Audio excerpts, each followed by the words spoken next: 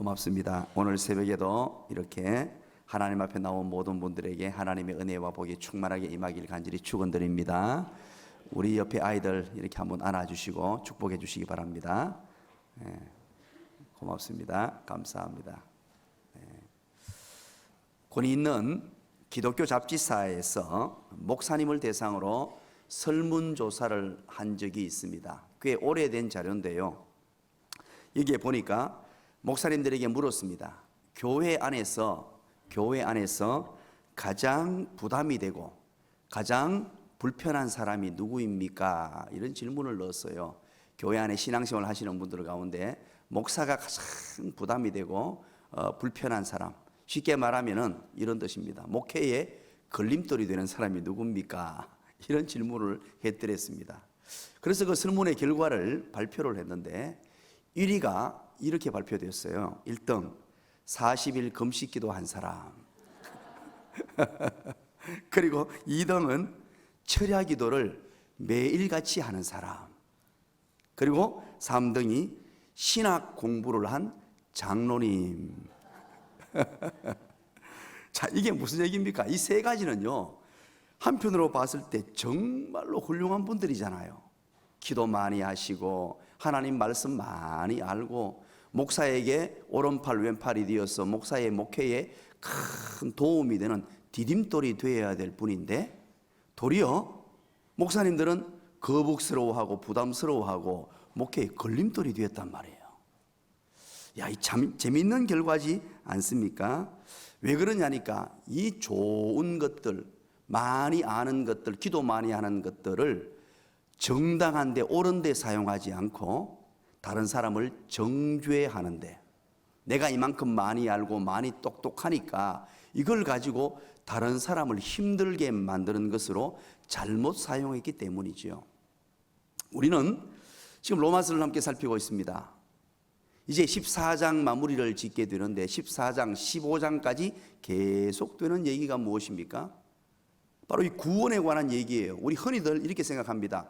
구원에 관한 정말 중요한 엑기스는 1장부터 이제 8장까지 끝났고 이렇게 생각하기 쉽습니다. 그게 아니고 로마서 전체는 구원에 관한 얘기예요.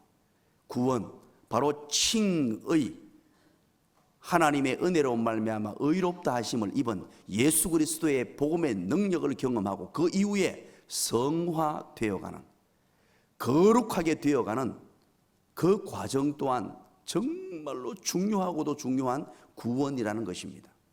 그 구원의 과정들을, 여정을 소개하면서 우리는 한 절 한 절 살피고 때로는 수학 공식처럼 두 기둥을 세우고 네 가지 실천 사항을 만들고 철저하게 하나님의 그 원하시는 바 의에 도달하고 또 우리가 어떻게 해서 구원을 이루어 가느냐 애쓰고 힘쓰는 과정을 걷고 있습니다. 그런 가운데 이제 14장에 와서는 구체적으로 교회 생활을 어떻게 해야 되느냐는 거예요. 교회 생활을 어떻게 하는 것이 하나님이 기뻐하시는 생활이며 어떤 생활이 가장 성경적으로 신앙생활 하는 것이냐 하는 것들을 지금 살피고 있습니다. 그러면서 우리는 지난 시간에 무엇을 확인했습니까? 우리 중요한 것 첫 번째 확인했죠.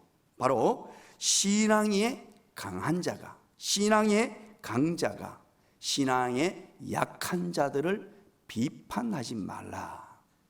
내가 아는 것 가지고 연약한 자들, 이게 옳고 그름의 문제가 아니고 죄 문제가 아니고 이단에 빠진 문제가 아닌 것은 그것 가지고 내가 많이 안다고 약자들을 비판하고 억누르고 짓누르지 말라. 도리어 포용하고 용납하고 그들을 안아주라 하는 대전제를 1절부터 4절까지 우리가 살폈어요.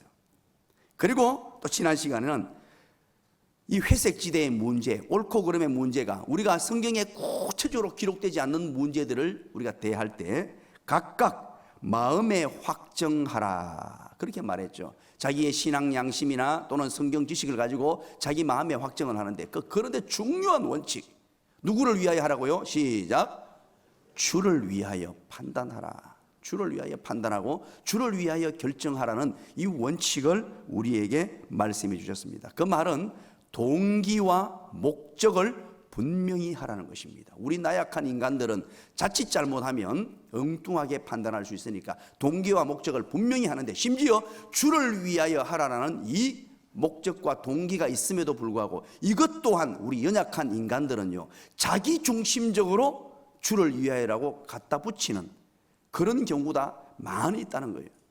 그래서 이것 정말로 조심해야 된다는 것입니다. 이 땅을 살아가면서요, 이런 문제, 선, 악의 문제가 아닌 것, 이제 이 중성적인 것들, 이 모호한 행동들을 함에 있어서 우리가 판단을 매우 잘해야 합니다.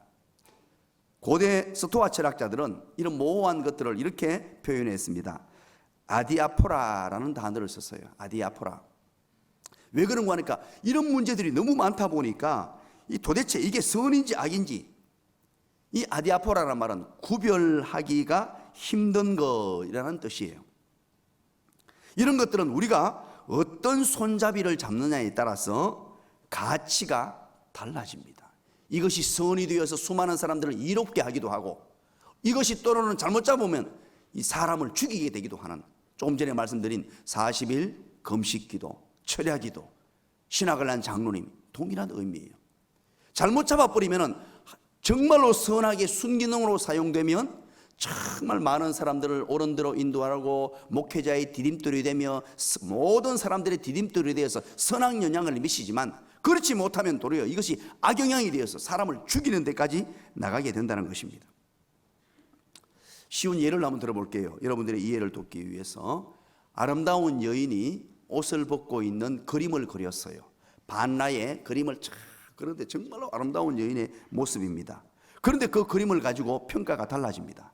어떤 종류의 사람들은 이야, 이거 탁월한 예술 작품이네, 예술성을 인정하면서 그 그림에 대한 존귀 그리고 이 가치, 이런 것들을 다 세워서 정말로 진심으로 예술성을 인정하면서 보는 사람이 있어요. 그러나 그 그림을 보는 수준이 되지 않는 사람은 외설적인 저질 그림으로 그것을 평가절하해 버립니다. 똑같은 그림임에도 여러분 이렇게 결과가 달라질 수 있습니다. 신앙생활 하는 가운데서도 이와 비슷한 경우가 한두 가지가 아닙니다. 믿음이 강한 자는 무엇이든지 거리낌 없이 할 수 있는 행동들, 믿음이 강한 자는 말씀 안에서, 예수 그리스도 안에서, 복음의 능력 안에서 마음껏 자유로운 행동을 할 수 있습니다. 그러나 믿음이 약한 자들은 양심의 가책을 불러일으키는 죄가 될 수도 있다는 것입니다. 로마 교회 안에서는 이런 문제가 일어났습니다. 그것이 특별히 바로 음식 문제, 날의 문제, 절기 문제, 이런 것들이 문제가 되었단 말이에요. 믿음이 강한 자들에게는 이것이 문제가 되지 않았습니다. 그러나 믿음이 약한 자들은 이것이 문제가 되었어요. 심지어 이방인들과 유대인들 이 사이에서도 이것이 문제가 되었어요. 자라온 환경이 어땠냐? 믿음의 가문에서 자라고 유대교의 가문에 자란 사람들, 오늘날에도 마찬가지입니다. 신앙의 가문에서 자랐기 때문에 전통에 찌들어 있는 분들이 있을 수 있어요. 전통에, 나도 모르는 사이에 전통에 찌들어서 말씀보다는 전통 중심의 신앙관을 가지고 있는 사람들이 상당히 많습니다. 이런 문제들이 있을 때 어떻게 하느냐? 우리 14절 한번 읽어볼까요? 다 같이 읽어봅니다. 시작. 내가 주 예수 안에서 알고 확신하노니 무엇이든지 스스로 속된 것이 없어도 다만 속되게 여기는 그 사람에게는 속되느니라. 야, 세상에 있는 것 가운데서 그 자체가 부정한 것은 아무것도 없다는 것입니다. 그 자체로 하나님이 만들어 놓으신 것 가운데 속된 것은 아무것도 없다는 거예요. 무엇이 문제냐? 속되게 여기는 그 사람이 문제라는 것입니다. 로마 교회에는 믿음이 좋은 사람들은 이 사실을 분명히 알았어요. 속된 것 없고 그래서 마음껏 자유를 누렸습니다. 우리 20절 한번 읽어볼게요. 20절 나가시 한번 읽어봅니다. 시작. 음식으로 말미암아 하나님의 사업을 무너지게 하지 말라. 만물이 다 깨끗하되 거리낌으로 먹는 사람에게는 악한 것이니라. 어떤 음식은 정하고 어떤 음식은 부정한 것 없다는 것입니다. 모든 음식은 좋은 것이고 하나님이 만든 음식은 다 좋은 것이고 무엇이든 먹어도 상관이 없다는 거예요. 그러나 먹는 사람이 거리낌으로 먹는 것, 그것이 문제라는 것입니다. 여러분, 한 가지 비근한 예를 들어볼게요. 여러분들에게 마음에 부담을 주는 것이 있습니다. 제사 음식을 어떻게 해야 되나요? 여러분 아주 자유롭게 대답해 주시기 바랍니다. 시작. 먹어도 된다고요? 진짜로? 그러면 먹어도 안 된다고 하는 사람 어떻게 해야 돼요? 그 사람도 존중해 주면 됩니다. 그 말입니다. 여러분 잘 알고 계시네요. 제사, 음식이 문제가 아니에요. 음식은 그 자체로 깨끗해요. 그런데 음식을 가지고 사람이 제사를 지내버려가 문제지. 그건 뭐가 문제입니까? 또 하나 예를 들까요? 불교를 상징하는 꽃이 뭡니까? 연으로 시작합니다. 시작. 연꽃을 어떻게 해야 됩니까? 여러분들, 연꽃은 불교의 꽃이니까 아이고 저거 근처에도 가면 안 돼. 그리고 괜히 끄림직한 분이 있습니까? 그런 분이 종종 있더라고요. 제가 보니까.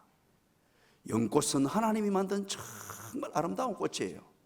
그거 불교가 저거 마음대로 저거 거라고 우기가 그렇지. 그거 신경 쓰지 마세요. 사람들이 저거가 뭐 하나님 만들어 놓으신 거 가지고 이 불교 상징이다고 저거 정했다고 저거 겁니까? 죄송합니다. 저거 거라 해서. 그거 여러분 문제될 거 없어요.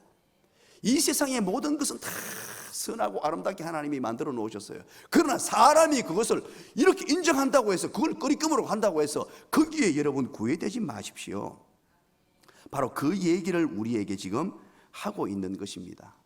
그래서 우리 하나님의 백성들은 예수 그리스도 안에서, 예수의 복음의 능력 안에서, 십자가의 능력 안에서 모든 것 정한 것이고 모든 것 좋은 것이니까 어떻게 바라보든 상관없습니다. 그러나 중요한 것, 바울이 지금 얘기하는 것은 약자들이 거기에 흔들려 가지고 제사함씩 몸 붓고 벌벌벌 떨고 있어요. 약자들이, 믿음이 약한 자들이 어떤 어릴 적부터 전통적인 신앙관에 있어서 그렇게 배운 사람들이 아직까지 복음의 확실한 능력을 몰라가지고 또 나도 모르게 불교에 대해서 불교라고 우기니까 연꽃 보면은 마음이 들들들 떨리는 사람, 그런 사람들이 그걸 못한다고 해가지고 그것도 니는 아직까지 신앙이 그것밖에 안 된다 그러고 그거 붙들어 놓고 제사함씩 먹어라 괜찮더라고 억지로 입에 넣어주고 막 이렇게 싸우지 말라는 거예요.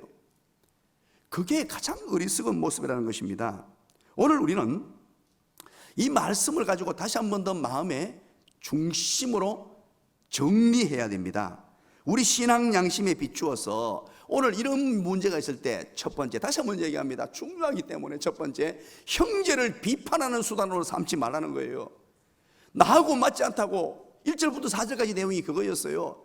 믿음이 강한 자가 믿음이 약한 자를 보면서 너는 그것밖에 안 되냐 그러고 정죄하고 비판하고 하지 말고, 아직까지 어려서 그러니까 기다려주구나, 그분들도 하나님의 택한 백성임을 알고 나를 봐서라도 좀 사랑해다오. 예수님께서 네가 왜 사랑하지 못하느냐, 나를 봐서라도 믿음이 약한 자들을 좀 사랑하고 용납하고 받아다오.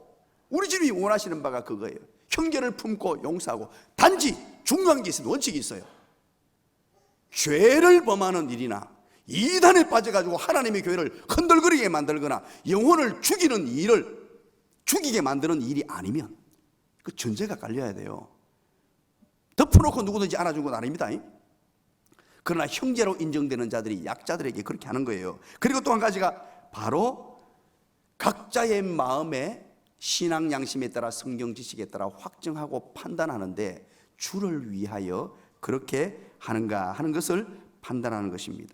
이 주를 위하여 한다는 것, 이거 여러분 조심하셔야 돼요. 이것을 잘못 이용해 가지고요, 신앙관을 가진 사람들은 자기를 위한 것을 갖다 대 가지고 주를 위하여라고 얼마나 갖다 붙이기를 좋아하는지 모릅니다. 내 마음대로 하는 수단으로 주를 위하여 그럽니다. 주를 위하여. 그거 정말로 경계하고 조심해야 됩니다. 내가 옳다고 생각하니까 내 마음대로 한다, 이것 아닙니다. 우리 교회 공동체는요, 오늘 15장 1절로 한번 넘어가 보시죠. 15장 1절 뭐라 그럽니까? 믿음이 강한 뭐라 그럽니까? 우리라는 단어를 써요. 13절에도 뭐라 그럽니까? 내가 하라고 하지 않고 우리라는 단어를 써요. 이건 다분히 의도적이라고 봅니다. 교회 공동체 안에서는 내가라는 말은 온당치 않습니다. 여러분, 하나님의 택한 백성들이 되면 우리 공동체가 이루어져요. 교회라는 말이 공동체란 말이에요. 함께 어우러진단 말이에요. 예수 믿는 사람들이 모인 곳이에요. 함께 기뻐하고 함께 울고 함께 하는 곳이에요.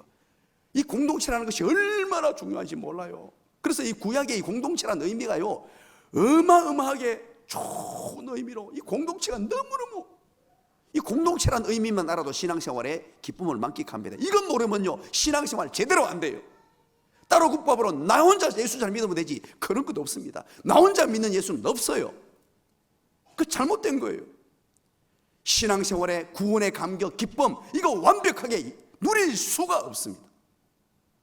그래서 날마다 우리는 옆에 있는 자들을 바라보는 거예요. 약자들을 바라보는 거예요. 함께하는 거예요. 그들과 손에 손을 맞잡고 가는 거예요. 그들을 섬겨주는 것이 힘든 것 같죠. 그러나 그 가운데 은혜가 있습니다. 그래서 약자들을 바라보면서 주를 위하여 이것을 얘기할 때도 피차 상대방이 상처받지 않는가? 이걸 기억해야 돼요.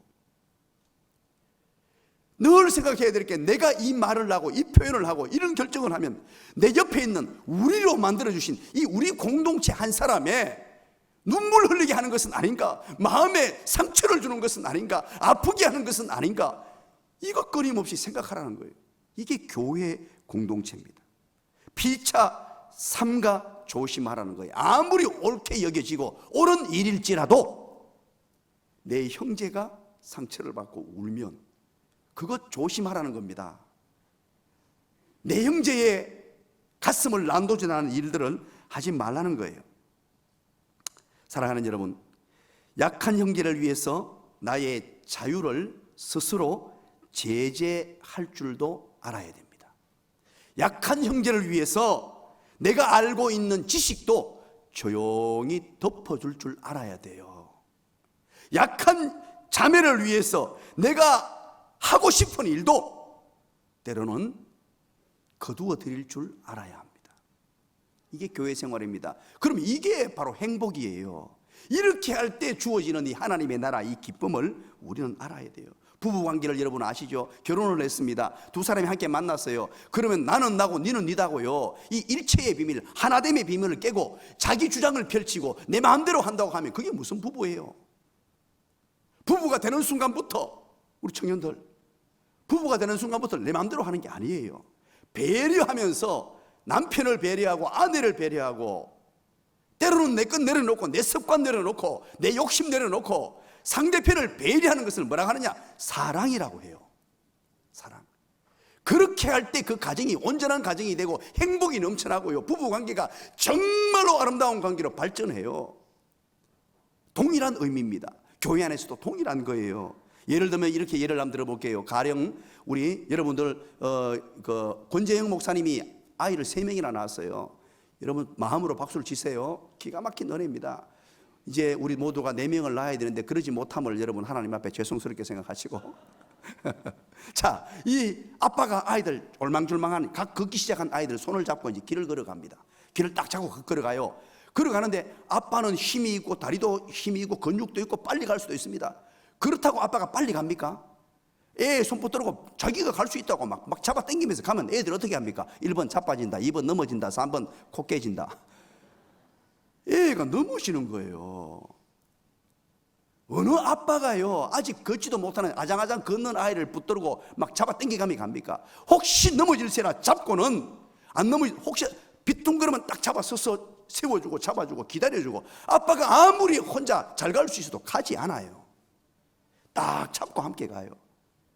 마치 신앙생활은 그와 같다는 것을 지금 바울은 성령의 감동으로 우리에게 가르쳐 주는 것입니다. 이거 너무너무 중요하니까 얘기하는 거예요. 그러면서 또 한 가지 오늘 중요한 원리를 더 얘기를 해요. 한마디로 말하면 여러분 따라서 합니다. 걸림돌이 되지 않고 디딤돌이 되라. 모든 성도 한 사람 한 사람에게 내가 그 사람이 건너갈 수 있는, 어려움의 강을 건너가고 힘든 여정의 삶을 건너갈 수 있는 디딤돌이 되는 인생이 되지 걸림돌이 되는 인생이 되지 않아야 한다라는 것을 우리에게 가르쳐 줍니다. 13절의 의미를 다시 한번 생각하면서 이 걸림돌이라는 의미를 여러분들의 머릿속에 넣어놓고 한번 읽어봅니다. 13절입니다. 시작. 그런즉 우리가 다시는 서로 비판하지 말고 도리어 부딪힐 것이 아니라 거칠 것을 형제 앞에 두지 아니하도록 주의하라. 여기에서 부딪힐 것이나 거칠 것, 이게 바로 걸림돌이란 말이에요. 걸림돌.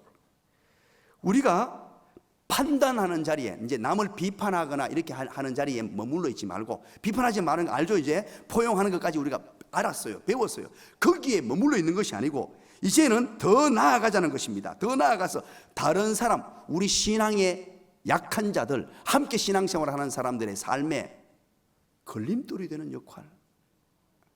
예수님의 제자들이 때로는 걸림돌이 되었어요. 믿음의 약자들이 예수님에게 찾아왔습니다. 병 좀 고쳐달라고 외쳤을 때 예수님의 제자들이 방해를 했어요. 오지 말라고 얘기했어요. 참 기가 막힌 일이죠. 오늘날 우리도 자칫 잘못하면 그럴 수 있습니다. 무엇 때문에? 믿음의 강한 자라는 이유 때문에 그래요. 올바르게 알고 있다고 믿음의 약한 자들이 그렇게 하면 안 된다고 생각했기 때문에 발음의 의미 때문에 그럴 수 있다는 것입니다. 여기서 거칠 것이라는 말은 오늘 13절에 거칠 것은 장애물이나 덫을 가리치는 단어입니다. 거치다 이렇게 말하죠. 거치다. 15절에도 동일한 얘기가 나옵니다. 여러분 15절에 동일한 걸림돌의 의미를 두 가지 표현으로 쓰고 있어요. 자세히 한번 보십시오. 걸림돌의 의미가 충격적입니다. 이 걸림돌이 어떤 역할을 하느냐, 15절 우리 한번 읽어봅니다. 두 가지 의미를 여러분이 대답해 주시기 바랍니다. 걸림돌과 동일한 의미예요. 다 같이 읽습니다. 시작. 만일 음식으로 말미암아 네 형제가 근심하게 되면 이는 네가 사랑으로 행하지 아니함이라. 그리스도께서 대신하여 죽으신 형제를 네가 음식으로 망하게 하지 말라. 걸림돌, 거치다는 것을 뭐라고 표현합니까? 네 형제를 근심하게 만든다. 이 동일한 내용입니다. 우리가 걸림돌이 되어서, 거침돌이 되어서 형제를 근심하게 만들고 신앙생활을 하는데 형제가 마음에 큰 부담을 안게 되거나 아니면 심지어는요 이런 표현을 써요. 그리스도께서 대신하여 죽으신 형제를, 예수님이 대신 죽으셔가지고 그 형제를 구원해내고 하나님의 백성으로 살려내었는데 망해가는 그를 예수님이 십자가의 보혈로 그 엄청난 예수님의 대가로 살려놓았는데 어떻게 한다고요? 음식으로 말미암아 망하게 만든다는 거예요. 누가? 믿음이 강한 자가 믿음이 약자들을 걸림돌이 되어가지고 비판하고 정죄함으로 그의 인생의 걸림돌로 삼아버려서 심지어 그를 예수 못 믿게 만들 수도 있더라는 거예요. 야, 이거 충격적이지 않습니까? 사도 바울은 지금 애타는 마음으로, 급한 마음으로 이것 또한 우리의 구원이라는 거예요. 나는 구원받았다고, 나는 예수 믿는 사람이라고, 나는 의인 되었다고 자랑스러워 하는 것에 머물지 말고 구원을 이루는 삶을 사는데, 교회 생활 안에서 약자들을 배려하고 그들을 손에 손을 맞잡고 빨리 갈 수 있어도 가지 않고 아직까지 몰라서 그러는 분들에 대해서 이단 문제나 죄 문제가 아니거들랑 용납하고 이해하고 기다려주며 쉽게 그들을 정죄하고 판단해서 그것이 걸림돌이 되어 교회를 떠나거나 신앙생활을 등한히 하는 자리로 나가는 그런 걸림돌 인생이 되지 말라는 거예요. 21절 한번 볼까요? 또 그 얘기가 나옵니다. 21절 동일하게 나옵니다. 시작. 고기도 먹지 아니하고 포도주도 마시지 아니하고 무엇이든지 내 형제로 거리끼게 하는 일을 아니함이 아름답다고 얘기해요. 아름답다. 거리끼다는 말은 걸림돌이란 말이에요. 남의 인생에, 다른 사람의 인생에 나도 모르게 예기치 못하게 나는 잘한다고 하는 일이, 나는 신앙의 강자, 믿음의 강자라고 옳은 이야기를 한다고 하는 것이 도리어 약자들에게 걸림돌이 될 수 있는데, 이런 형제로 말미암아 거리끼게 하지 않는 것들이 정말 우리 주님이 원하시는 너무너무 아름다운 신앙생활. 말을 내가 사람 내가 잘한다고 막 주장하는 것, 그것은 안 되는 일이고 우리가 생각하기는 그게 바른 줄 아는데 그게 바른 게 아니라는 거예요. 기다려주고 눈 감아주고 때로는 아는 지식도 접어놓고 내가 아는 경험도 다 내려놓고 모른 척 해주는 것, 이게 도리어 아름다운 신앙이라는 거예요. 사랑하는 여러분, 정말로 우리는 신앙생활을 어떻게 해야 되느냐. 23절 한번 읽어볼까요? 다 같이 한번 읽어봅니다. 시작. 의심하고 먹는 자는 정죄되었나니 이는 믿음으로 따라하지 아니하기 때문이라. 믿음을 따라하지 아니하는 것은 다 죄니라. 여러분, 신앙 양심상 옳은 일이라고 판단하면서도 그런 행동을 하는 것은 죄가 된다는 말이에요. 이게 더 무섭지 않습니까? 야, 참으로 우리 바울은 하나님의 성령의 감동으로 충격적이고도 정말로 중요한 말씀들을 지금 한 절 한 절 놓칠 수 없는, 우리 모두가 이 한 절 한 절의 말씀을 가슴에 깊이 담고 정말로 하나님의 나라의 기쁨을 누릴 수 있는 이 말씀들을 오늘 한 절 한 절 하고 있단 말이에요. 그래서 우리는 형제를 위하여서 자유를 억제할 줄도 알아야 됩니다. 내게 주어진 예수 안에서 누리는, 이제 믿음이 강자들은 알게 돼요. 음식, 날, 이런 문제될 거 없다. 이제 예수 안에서 마음껏 누려도 된다. 이것 알게 돼요. 그러나 때로는 그 좋은 음식이라도 제사 음식 때문에 상처를 받거나 믿음의 약자가 그것 때문에 엄청 마음에 부담을 가질 수 있다면 때로는 먹지 않을 수도 있어야 한다는 의미입니다. 사랑하는 여러분, 그래서 이 이야기를 우리 한 성경만 찾아볼게요. 이 보충 설명인데요, 고린도전서 8장 12절입니다. 로마서 다음에 고린도전서 있죠. 한 장만 넘어가면 있습니다. 8장 12절 13절, 오늘 본문에 대한 보충 설명이에요. 고린도전서 8장 12절 13절 다 같이 한번 읽어봅니다. 고린도전서 8장 272페이지 다 같이 읽습니다. 시작. 이같이 너희가 형제에게 죄를 지어 그 약한 양심을 상하게 하는 것이 곧 그리스도에게 죄를 짓는 것이니라. 그러므로 만일 음식이 내 형제를 실족하게 한다면 나는 내 형제를 실족하지 않게 하리라. 바울이 어떤 선언까지 합니까? 기가 막힌 선언입니다. 만약에 이 제사 음식이나 먹지 말아야 될 부정한 음식이라고 인정되어서 믿음이 약한 자들이 그걸 보고 상처를 받고 그럴 경우에는 바울은 이렇게 선언해요. 나는 고기 안 먹는다. 우리 교회에서 고기 싫어하는 사람 한번 손 들어보시기 바랍니다. 우리 교회에서 제가 알기로는 이 백정아 집사님이 고기를 제일 좋아하는데 해물은 입에도 못 넣고요. 오직 고기라야 아침에도 고기를 먹어야 속이 시원하답니다. 삼겹살을 먹어야. 참, 또 그런 스타일의 분은 내가 또 많이 본 적이 없는데 좋습니다. 그러나 여러분 보세요. 그런데 고기를 안 먹겠다 그 좋아하는 것을 실은 우리가 고기 안 좋아하는 사람이 잘 없잖아요. 돈이 없으면 못 먹지. 그런데 이것을 나는 이제 평생 무엇 때문에 형제에게 걸림돌이 되면 고기도 내가 먹지 않겠다. 고기 먹는 거 자유함이 주어졌어요. 먹어도 상관없어요. 누가 먹는다고 뭐 정당하게 하나님 앞에 상관없는 문제예요. 그러나 형제 한 사람이 누구라도 걸림돌이 되면 그것이 걸림돌이 되어서 신앙에 부담을 주게 된다면 나는 평생 고기 안 먹겠다. 이 자세, 이게 교회예요. 교회.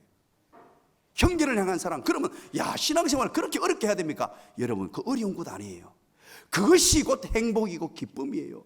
그 자세를 취하는 순간에 하늘로부터 내려주시는 이 만나가 주어지는 거예요. 이 세상 고기와는 비교할 수 없는 기가 막힌 은혜들이 그때부터 쏟아지기 시작하는 것. 그게 은혜의 훈풍이 쏟아지기 시작해요. 이것을 경험해 보지 못한 사람은 알 수 없어요. 자, 10장으로 한번 넘어가. 고린도서 10장 23, 24절 한번 보십시오. 고린도서 10장 23, 24절 우리 한번 읽어봅니다. 다 같이 읽어봅니다. 10장 23, 24절 시작. 모든 것이 가하나 모든 것이 유익한 것은 아니요 모든 것이 유익하나 모든 것이 덕을 세우는 것은 아니니 누구든지 자기의 유익을 구하지 말고 남의 유익을 구하라. 한 절 한 절 말씀이 우리 마음에 삶의 지침이 되는 기가 막힌 교회 생활에서 우리 삶에서 모든 것이 가합니다. 우리는 예수 안에서 모든 것이 가하게 되었습니다. 하지만 모든 것이 유익한 건 아니라는 걸 알아야 돼요. 나는 가하다고 믿음이 강자라고 막 쉽게 할 일이 아니라 늘 가한 행동이지만 약자들을 바라보라는 거예요. 모든 것이 가하나 모든 것이 덕을 세우는 것 또한 아니라는 거예요. 그래서 누구든지 내 유익대로 생활하거나 판단하거나 움직이지 말고 모든 것은 남의 유익을, 다른 사람의 유익을, 믿음의 약자들에게 유익이 되고 그들이 하나님께 좀 더 가까이 갈 수 있느냐, 그들이 하나님을 좀 더 잘 섬기는 사람이 될 수 있느냐, 그런 생각을 가지고 살라는 것입니다. 이렇게 할 때 주어지는 은혜와 복이 무엇인 줄 아십니까? 이렇게 살면 우리는 참 그러면요 내 것 자유 다 박탈당하고 그런 거 아닙니까? 여러분 천만에요 만만의 공덕입니다. 17절 한번 읽어보시죠. 로마서로 다시 돌아왔어요. 14장 17절 기가 막힌 얘기를 우리에게 들려주고 있습니다. 14장 17절 다 같이 한번 읽어봅니다. 시작. 하나님의 나라는 먹는 것과 마시는 것이 아니요 오직 성령 안에 있는 의와 평강과 희락이라. 이 천국 얘기를 해요. 천국. 도대체 천국이 뭐냐? 우리가 그토록 바라고 소원하는 하나님의 나라란 말은 하늘나라 천국 같은 말이에요. 천국이 어떻게 우리에게 주어지고 이루어지느냐 이 얘기를 해요. 이 지금 형제를 사랑하고 비판하지 말고 정죄하지 말고 그들에게 걸림돌이 되지 마라 이런 얘기를 하다가 천국이라는 어마어마한 가치, 우리가 그토록 소망하고 바라는 이 하나님의 나라 이 놀라운 이야기들을 갑자기 하면서 뭐라고 하느냐? 하나님의 나라 천국은 먹는 것 그것 아니다는 거예요. 무엇을 먹고 아무리 좋은 거 먹어봐고 먹고 마시고 그것에서 주어지는 것이 아니다. 도대체 그럼 뭐냐? 오직 성령 안에서. 이제 이런 일들을 행함에 있어서 우리 성령의 은혜가 아니면 할 수 없다는 말이에요. 남들을 배려하고 걸림돌이 되지 않도록 하고 이 모든 우리 교회 생활 안에서 성령의 능력 안에서 할 수 있는 일이라는 거예요. 성령 안에서 성령이 능력 주시는 대로 그렇게 행하면 어떤 일이 되느냐? 의, 평강, 희락이라는 말을 얘기해요. 자, 여기서 여러분 오해하지 마십시오. 이 의라는 단어가 뭐 옳다, 정의롭다 그런 뜻이 아니에요. 이것은 바로 하나님과의 관계에서 해결하는 단어입니다. 하나님과 올바른 관계에서 나오는 행동, 의로움이에요. 이게 이웃과의 올바른 관계를 얘기하는, 이 관계성에서 이 본문을 보셔야 정확한 본문의 의미를 깨닫게 돼요. 그래서 하나님과 올바른 관계에서 나오는 행동, 그래서 하나님과 인간 사이에 최상의 의로운 관계를 이루는 법칙입니다. 하나님과 우리 인간관계에서 최상의 의로움을 이루는 법칙을 선언하는 거예요. 인간관계의 법칙, 하나님 나라의 관계의 법칙이에요. 그러면 평화는 뭡니까? 평화는 너무나 강조해요. 에이렌이라는 단어예요. 이 히브리어로 말하면 샬롬이라는 단어입니다. 하나님과 사람 사이에 최상의 의로운 관계를 유지하는, 세상이 줄 수 없는 평안, 세상이 줄 수 없는 안정감, 이런 것을 표현하는 거예요. 그리고 희락이라는 것은 하나님과 인간 사이에서 최상의 의로운 관계로 체험되는 열매를 얘기하는 거예요. 이렇게 했을 때 우리에게 어떤 열매가 주어지느냐? 기쁨의 열매가 쏟아지기 시작한다는 거예요. 세상이 줄 수 없는 평강과 더불어서 기쁨이 넘치는 삶, 하나님과 아름다운 관계, 인간과 아름다운 관계가 열려져서 의라는 단어를 통해서 이런 남을 배려하고 아름답게 사는 곳이, 그곳이 천국이란 뜻이에요. 기가 막힌 하나님의 말씀을 우리에게, 이런 기쁨의 삶을 우리에게 허락하신 것이 다른 곳에 있는 것이 아니고 바로 약자를 배려하고 신앙생활하면서 성화를 이루어가는 삶 가운데 성도 상호 간에 배려하며 할 수 있는 말도 참고 먹을 수 있는 음식도 먹지 않고 내게 가진 지식을 쏟아내지 않고 때로는 모른 척하고 그렇게 살면서 늘 약자를 배려하고 사랑하는 삶을 살 때 이런 하나님의 나라가 이루어지고 성령 안에서 이런 평강과 기쁨이 쏟아지는 놀라운 나라가 펼쳐진다는 거예요. 기가 막히지 않습니까? 야, 이런 은혜에, 이런 우리가 바라는 하나님의 나라 천국, 이것이 바로 로마서 14장에서 우리에게 주어지는 거예요. 우리가 이걸 남을 배려한다는 것을 어렵다고 생각하지 마십시오. 여러분 가정을 예로 들어보세요. 가정의 아내를 존귀하게 여기면요, 어떤 결과가 발생합니까? 아내가 못난 부분이 있습니다. 부족한 부분이 있습니다. 남편이 부족한 부분이 있어요. 그러나 그를 존귀하게 여기고 나보다 낫게 여기고 배려하고 그렇게 섬길 때 가정이 천국이 와요. 관계가 회복되고 의로운 관계가 되고요, 그리고 뭐가 됩니까? 평강이 임하게 되고 하나님이 주시는 기쁨이 쏟아지기 시작해요. 그것은 가정을, 기쁨을 누려본 사람만 아는 기쁨이에요. 그 하나님의 나라 기쁨을 이렇게 누리는 자가 되자는 거예요. 바울이 원하는 게 그거예요. 그것이 바로 교회의 모습이어야 되고 그 모습이 천국이어야 되고, 그래서 하나님의 은혜가 쏟아지고 기쁨이 쏟아지고 은혜의 훈훈한 바람 안에서 천국을 누리는 저와 여러분의 삶이 되시기를 주님의 이름으로 간절히 축원드립니다.